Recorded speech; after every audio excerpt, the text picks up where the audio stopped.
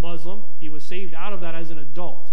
So he has very good insight in how the Islamic religion works, how to reach them, how to talk to them. One of the interesting things is that they are actually, according to their religious laws, they are allowed to lie to you. If you are not a Muslim, they are allowed to lie to you. It is actually in their law. So don't just believe because a Muslim says, oh, I believe in Jesus. Don't assume that they've gotten saved. So I'm assuming he'll come to cover some of that stuff tomorrow. But there are phrases you can ask them. They're not allowed to deny Muhammad, for one thing. So for someone to accept Christ as Savior, they have to deny Muhammad as the primary prophet from God, because Islam puts Muhammad in the place of Jesus. So you can't have both. So if someone, this is one of the things he's mentioned in one of his previous videos that I learned, if someone claims to accept and profess Christ as a Muslim, they will, if they truly accepted Christ and understand salvation, they will deny Muhammad as the prophet of God. They will recognize he is not. So if they refuse to do that, if you say, okay, now that you're a Christian, you can deny that Muhammad's the prophet, and they say, no, I can't do that, they haven't truly converted. They're just playing you along. They're just trying to either just get out of the conversation, or they have some sort of an agenda in that. But so that there are tricks we can use. There are things we can learn about how to reach them, about how to really see if there's an effective ministry going on. So I'm assuming that's many of the types of things he will be covering tomorrow in this hour-long lesson. We did actually last month. We had 2 Muslim guys come up from the cities and join us for our video. They had understood that Shram was actually here, not that it was just a video. And so they'd actually come up to debate him. So that didn't work very well because he was on a TV screen. But I do not know if they'll be back tomorrow or not. But we are beginning to have an influence. We're beginning to have a reputation now we're developing that we are willing to stand. I don't think that we are to that point yet. Shram Hadian has had threats against his life, but they have not been acted on. Because, and the primary reason for that is the Muslims in our country right now are trying to look like they are the victims of religious persecution, that we are intolerant to them. So if they incite violence, then it shows their true colors rather than the way they are currently perceived by the media, and that they're being discriminated against. That's what they want the media to see. So I don't feel there's any threat of violence at the moment, but it is a violent religion, and it is something that we have taken into mind, and we are keeping our eyes open. And so as necessary, if we feel we need to shut something down, we will.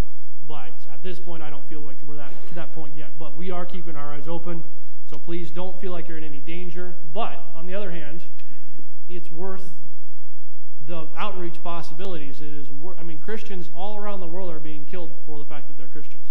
We can't be afraid of that. We can't hide from that. We should be intelligent about it. We should not just bury our heads in the sand, but we should also stand strong on what we believe, and hopefully some of these Muslim people will see the truth, and that is our goal. But anyway, if you have more questions, if you have any concerns, feel free to talk to us afterwards. It is kind of a big thing. It's kind of a new thing for us, so we're moving ahead cautiously, but we're doing our best to stand strong at the same time. Yes, so if you have any questions or concerns, please feel free to let us know. I think it's good to know that Pastor Shram had been faced by somebody that was willing to explain to him Christ's salvation. He also would still be in Islam. Right. He was a professor, and he had a student that had the courage to approach him and present the gospel to him, and that is how it took a while. He didn't get saved instantly, but it took a great deal of courage to present that gospel to him. So there are Muslims that do get saved out of Islam, and it takes a great deal of courage to face that type of opposition for us to tell them, and also for them to leave the religion. Anyway, I could get more into that, but we're digressing a little bit. But if you have any more questions or whatever, feel free to ask after the service. Pastor, myself, Frank, David, we've all been involved and studying. All right, this Tuesday, correct? Okay, this Tuesday is the Ladies' Bible Study at Vonnie's house, and that is also at 6:30. 6:30 Ladies' Bible Study at Vonnie's house. And Wednesday is prayer meeting, and we were planning on starting Kids Club this week, but, and if you look at the prayer requests, my cousin died in a car accident, single car. It appears that he was driving and missed a corner, went off the road, and rolled his car and died in the accident. So that funeral is on Tuesday. So we're driving down to Nebraska sometime tomorrow. I'm not sure if I'm going to be here tomorrow night or not. We haven't made our plans to that extent yet. We're still working on it. But that funeral is on Tuesday, and then we're going to be coming back. Our plan is to come back on Wednesday. But with that extra stressor and just trying to get all the stuff ready for Kids Club, we are going to bump Kids Club opening to next week. So Kids Club will not be happening this Wednesday. We'll move that. So the Kids Club, the youth group, the proteins will be the following week, which will be the 19th, I think, would be the date for starting that. So I apologize for that. I know we were going to try to get that started this week, but some things have come up. So this week will still be, Wednesday night will still be a regular prayer meeting at 6:30, as it has been for the summer. All right, you had a question? Okay.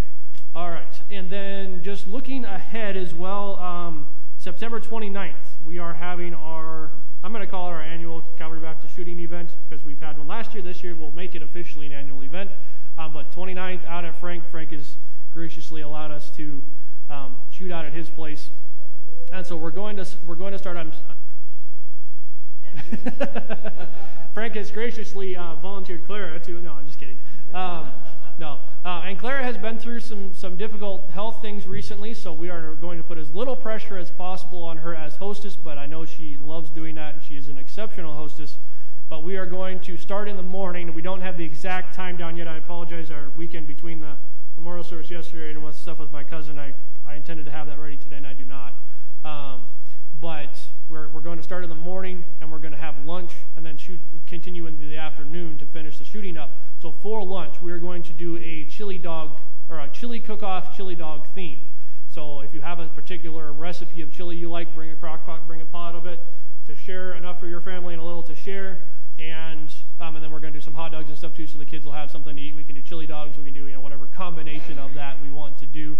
So people will bring in a potluck-style food. So the Nammanies will not need to provide any food for that. That will be our job. That are providing the property and the smiling faces as host and hostess. And then again, the shooting event is for men and women, adults. I've had a request, a possibility for someone under 13 to shoot. I'm willing to make exceptions for that, but my basic standard is 13 to 18, you need to have an adult with you. Either a parent, guardian, or someone appointed by that parent or guardian, and it can't be me. I apologize, but I can't do it because I have too many responsibilities that day. I can't keep an if someone like that. But someone who can be with that person when they shoot and just kind of be around to make sure that a parent if possible, but I will accept as someone that is specifically appointed to that person. But I want to know ahead. I want to know, so I know if I see that kid by themselves, who's responsible for them. These events are fun. They're a lot of fun. I've always enjoyed them. I've been going to this type of thing since I was a teenager. But safety is a huge concern, and we must make sure we maintain safety. So that's my reason for having an adult with all the children that are shooting.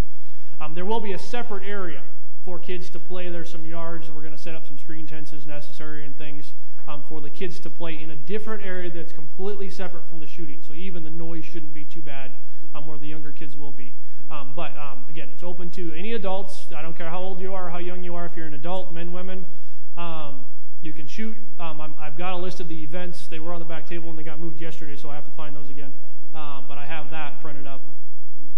But again, if you have any questions, last year I think we did $15 per person. That covers things like the targets and stuff. I think I can do it for $10 this year. So my plan is to do $10 per person. That will cover targets. We'll get like the paper plates and stuff like that to go along with the food. So we'll provide that kind of stuff, and then provide your own guns, your own ammunition. If you want to borrow one from someone, that is fine. But that person, and make sure you pay for the ammunition you use, because that can get fairly expensive. Frank. That's a good question. I don't have a head count yet, but I'm anticipating between 10 and 15 shooters, maybe a little more. But then, of course, with families and stuff, it'll be more than that. So we can work on that, and we can use tables from the church here if we need to as well for that.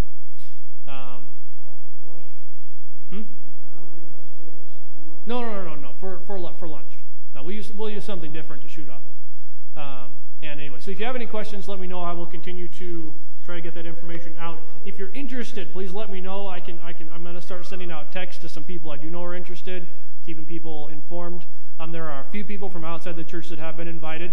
So if you have someone outside the church you would like to invite, just let me know so I have a general head count. I don't want this to get huge, so don't invite 20 people. But if you have a brother or brother-in-law or a close friend that you shoot with and they would be interested in shooting, that's fine. We are opening that up this year. So again, I think I've spent enough time on that, but if you have any more questions, that is Saturday, September 29th is the date for that. The next thing we do have coming up as a major thing is Shram Hating is going to be here November 27th, which is a Wednesday. 28th? The 27th to the 28th of November, or the Wednesday, the last Wednesday in November. He will be here at our church speaking. So again, we'll keep you updated as far as we progress toward that as well. Anything else? All right, if we could have the men come for the offering. Oh, state meetings. Yes, thank you.